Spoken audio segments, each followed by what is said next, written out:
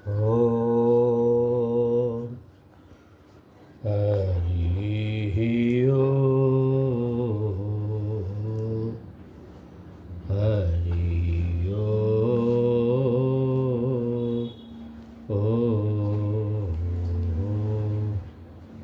ओम नारायण नारायण नारायण नारायण नारायण नारायण नारायण नारायण नारायण।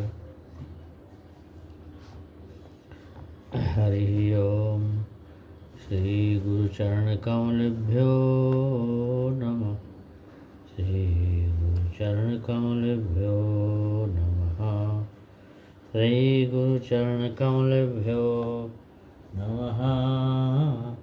श्री गुरुचरण कमलेभ्यो नमः। श्री राम जय राम जय जय राम।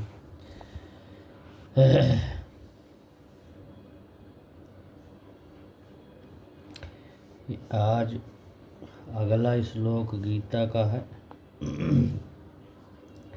यदा संहरते चायं कुर्मोऽङ्गानीव सर्वशः इन्द्रियाणीन्द्रियार्थेभ्यस्तस्य प्रज्ञा प्रतिष्ठिता।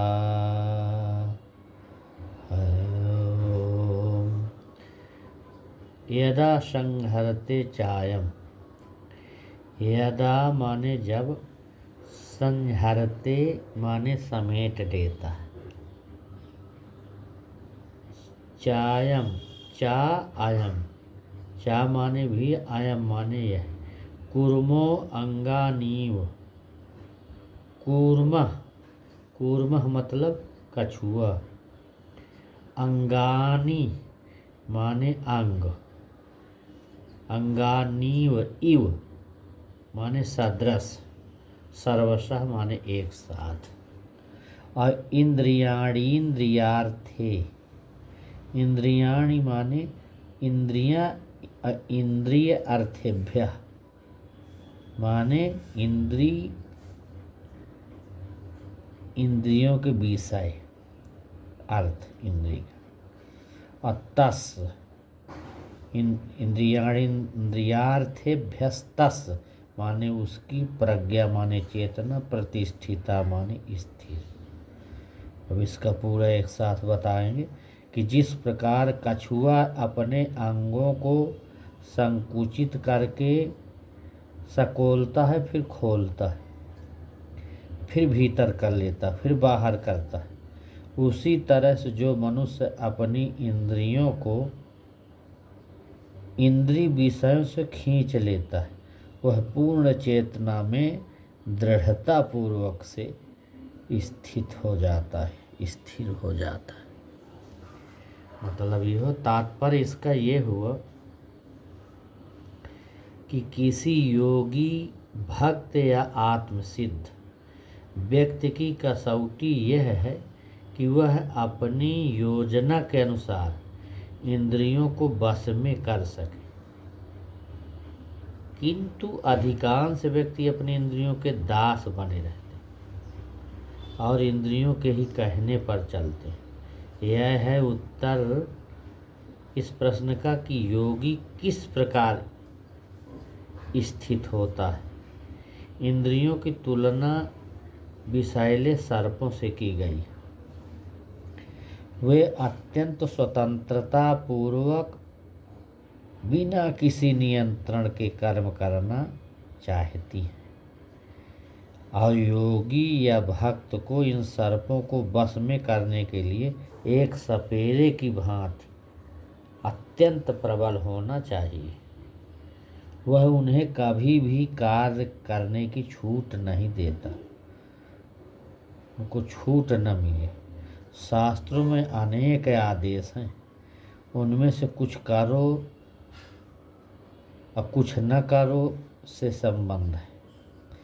जब तक कोई इन करो या न करो का पालन नहीं कर पाता, और इंद्रिय भोग पर संयम नहीं बरतता, तब तक उसका भगवान कृष्ण में स्थिर हो पाना असंभव है।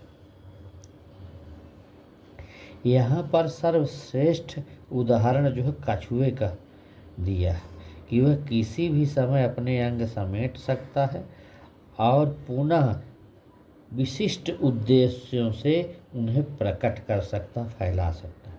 इसी प्रकार भगवान कृष्ण की भावना में जो व्यक्तियों की इंद्रियां भी केवल भगवान की विशिष्ट सेवाओं के लिए काम आती हैं, उनका संकोच कर लिया जाता है। अर्जुन को उपदेश यही दिया जा रहा है कि वह अपनी इंद्रियों को आत्मतुष्टि में न करके भगवान की सेवा में लगावे। अपनी इंद्रियों को सदैव भगवान की सेवा में लगाए रखना ये कूर्म द्वारा प्रस्तुत एक दृष्टांत के रूप में है, जो अपनी इंद्रियों को समेटे रखता है। ये मतलब इसका हुआ तात्पर्य। फिर है विषया विनिर्वर्तन्ते निराहारस्य देहिनः रसवर्जं रसोऽप्यस्य परम दृष्टा निवर्तते। विषय माने इंद्रिय भोग की वस्तुएं हो गई विषय। विनिर्वर्तन्ते माने दूर रहने के लिए अभ्यास किया जाए। निराहारस्य माने निषेधात्मक प्रतिबंधों से। देहिना माने देहवान जीव के लिए रसवर्जम स्वाद का त्याग करता है। और रसा माने भोग इच्छा। अपि यद्यपि है, अस माने उसका, परम माने अत्यंत उत्कृष्ट वस्तुएं, अदृष्टा माने अनुभव होने पर, अनिवर्तते माने समाप्त हो जाता है। इसको एक साथ में बताते हैं। देहधारी जीव इंद्रिय भोग से भले ही निवृत्त हो जाए, पर उसमें इंद्रिय भोगों की इच्छा बनी रहती। लेकिन उत्तम रस के अनुभव होने से ऐसे कार्यों को बंद करने पर वह भक्ति में स्थिर हो जाता है। जब तक कोई अध्यात्म को तात्पर्य बता रहे हैं कि जब तक कोई अध्यात्म को प्राप्त न हो, तब तक इंद्रिय भोग से विरत होना असंभव है। विधि विधानों द्वारा इंद्रिय भोग को संयमित करने की विधि वैसी ही है जैसे किसी रोगी के किसी भोज्य पदार्थ खाने पर प्रतिबंध लगाना। किंतु इससे रोगी की न तो भोजन के प्रति रुचि समाप्त होती है और न वह ऐसा प्रतिबंध लगाया जाना चाहता है। इसी प्रकार अल्प ज्ञानी, थोड़ा सा जो ज्ञानी व्यक्तियों के लिए इंद्रिय संयमन के लिए तमाम बातें बताई गई हैं। अष्टांग योग भी बताया गया है। योग में बहुत चर्चा है इंद्रिय मन को सबको रोकने के लिए। यम है, नियम है, आसन है, प्राणायाम है, प्रत्याहार है, धारणा है, ध्यान है। ये तमाम चीज़ें हैं योग दर्शन में।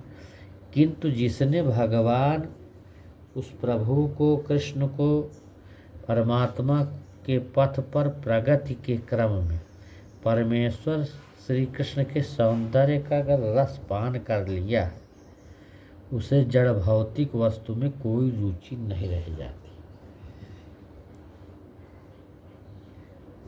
तो इससे आध्यात्मिक जीवन में ये सारे प्रतिबंध जो है, ये सारे प्रतिबंध अल्पज्ञानी के लिए है।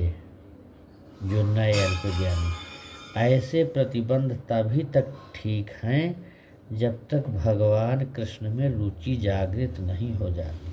और जब वास्तव में रुचि जग जाती है तो मनुष्य में स्वतः ऐसी वस्तुओं के प्रति अरुचि उत्पन्न हो जाती है। ये बात है इसमें। तो अब दो हो गए, फिर लेंगे कल अगला श्लोक। बस यहीं पर समाप्त करेंगे। पूर्णमदः पूर्णमिदं पूर्णात् पूर्णमुदच्यते पूर्णस्य पूर्णमादाय पूर्णमेवावशिष्यते। ओम गुरुचरणकमलेभ्यो नमः। ओम ओम शांति शांति।